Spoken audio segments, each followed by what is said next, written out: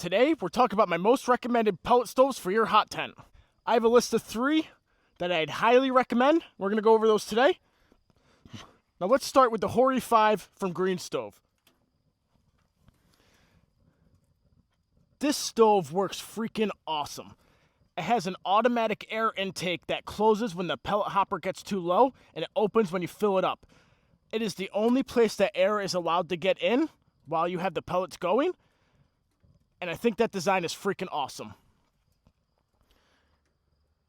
I do have a problem with this hopper.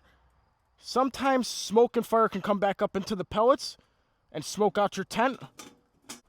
But like I always say, you have to test your pellet stove completely before taking it out into the field. You need to get a hang of how it operates and exactly what you need to do to get the best burn time and safest burn time out of it.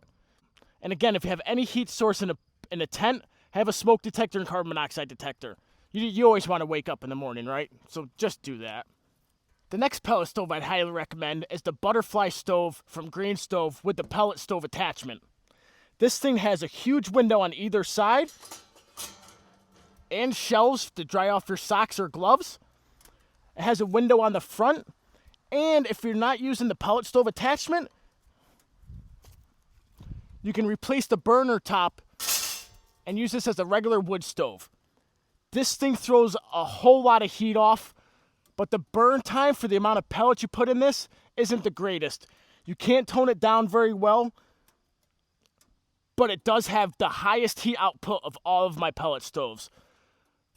The hopper will also hold over a full bag of pellets, so that's a plus. This one's freaking awesome. I highly recommend the Butterfly with the pellet stove attachment from Green Stove. It's got a decorative handle on the ashtray and the door. It's just a beautiful stove in general. Green Stove also added the automatic air intakes on the hopper on either side so that only air is allowed in through the hopper.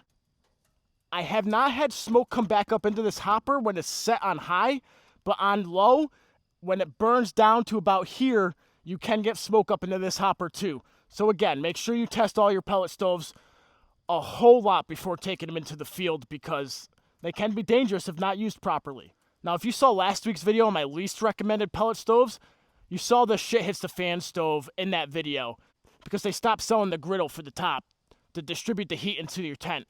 If they start selling that griddle again, I'd add this back to the list of most recommended pellet stoves for a hot tent.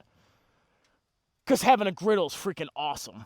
And of course, last but not least, the Giraffe stove with pellet stove attachment. You can't go wrong with this stove. The biggest con I have with it, you can't have it in a tent with a floor. Most of the time I don't want a floor in my tent, in my hot tent. But this one kind of sits on the ground, so you really can't have a floor in your tent for this one unless you put bricks underneath it or something like that. This has over a 12-hour burn time with this hopper. It throws heat like crazy. It's freaking awesome looking. Without the pellet stove attachment, you can burn wood in it. It's got 4 windows, huge cooking surface. And even with the pellet stove attachment on it, you have a huge cooking surface. So this is my number 1 most recommended pellet stove for a hot tent. It's a Giraffe stove. It's just freaking awesome. If you've seen this in any of my videos, I always talk good about it because it's so freaking cool.